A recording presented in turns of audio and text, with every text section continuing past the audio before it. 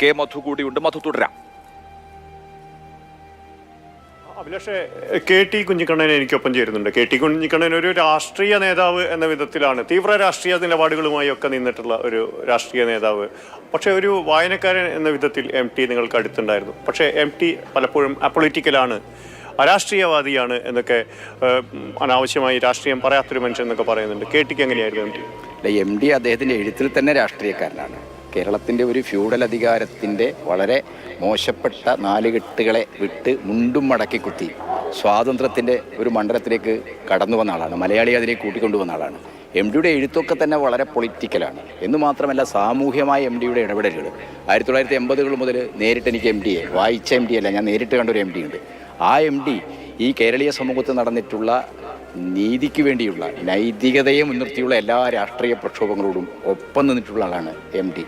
ഇപ്പോൾ സമരമുഖങ്ങളിൽ അദ്ദേഹം ഇറങ്ങി വന്നിട്ടുണ്ട്. രാഷ്ട്രീയ തടവുകാർ, കേരളത്തിൽ 14 വർഷം കഴിഞ്ഞ നക്സലൈറ്റ് തടവുകാർ ജയിലിൽ കഴിയുന്ന കാലത്ത് ഞാനും അഡ്വക്കേറ്റ് കെ വി കെ വാര്യറും ഇവിടെ ഈ സിതാരയിൽ വന്ന് എം ഡി ആയിട്ട് സംസാരിക്കുന്നുണ്ട്. അപ്പോൾ ആ സംഭാഷണത്തെ എം ഡി നമ്മളോട് പറഞ്ഞത്, തടവറയിൽ അകപ്പെട്ടുപോയ മനുഷ്യരുടെ നിസ്സഹായതയ്ക്ക് മുകളിലാണ് ഭരണകൂട ഭീകരതയുടെ രഥചക്രങ്ങൾ ഉരുളുന്നത്. അതുകൊണ്ട് തടവറയിൽ കിടക്കുന്ന 14 പേരുടെ പ്രശ്നമല്ല ഇത്. അതിലപ്പുറത്തൊരു സമൂഹത്തിൻ്റെ തന്നെ ഭരണകൂട ഭീകരതയ്ക്കെതിരായിട്ട്, മനുഷ്യാവകാശങ്ങൾക്കെതിരായിട്ട് നിലപാടെടുക്കേണ്ട പ്രശ്നമാണ്. എത്ര പൊളിറ്റിക്കൽ ആയിരുന്നു എം ടി എന്നാണ് കെ ടി കുഞ്ഞിക്കണ്ണൻ വിശദീകരിച്ചത്.